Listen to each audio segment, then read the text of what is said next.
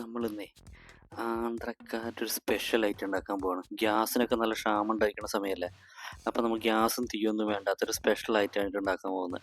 ഇതിൻ്റെ പേരാണ് പച്ചപ്പുളുസു. ഇതിനു വേണ്ടി ഇൻഗ്രീഡിയൻസ് ആണ് താഴത്ത് കാണിച്ചുള്ളത്.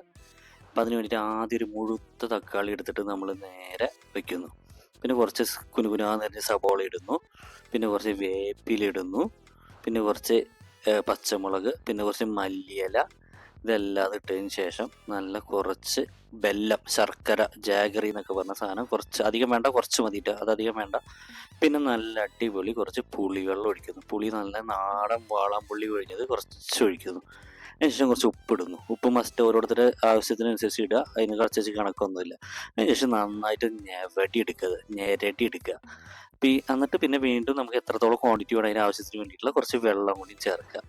എന്നിട്ട് നന്നായിട്ട് എടുക്കുക. എന്നിട്ട് നമ്മൾ നല്ല നാടൻ കുത്തരിയിൽ ഇതൊന്നും ഒഴിച്ച് നല്ല കുഴച്ചിട്ടുണ്ട് അടിച്ചു കഴിഞ്ഞാണ്ടല്ലോ അടിപൊളിയായിരിക്കും. വേറെ ഒരു സാധനം വേണ്ട. ഇത് എന്നും കഴിക്കണമെന്നല്ല, സർവൈവലായിട്ട്. ഇപ്പം നമുക്ക് ഗ്യാസ് ഒന്നും ഇല്ലാത്ത കാരണം ഇത് നമുക്ക് ഉണ്ടാക്കാൻ പറ്റുന്ന ഒരു അടിപൊളി ഐറ്റം. എങ്ങനെയുണ്ട്, നിങ്ങൾ എല്ലാവരും ഒന്ന് വീട്ടിൽ ട്രൈ ചെയ്തിട്ട് ഒന്ന് കമൻറ്റ് ചെയ്യാം കേട്ടോ.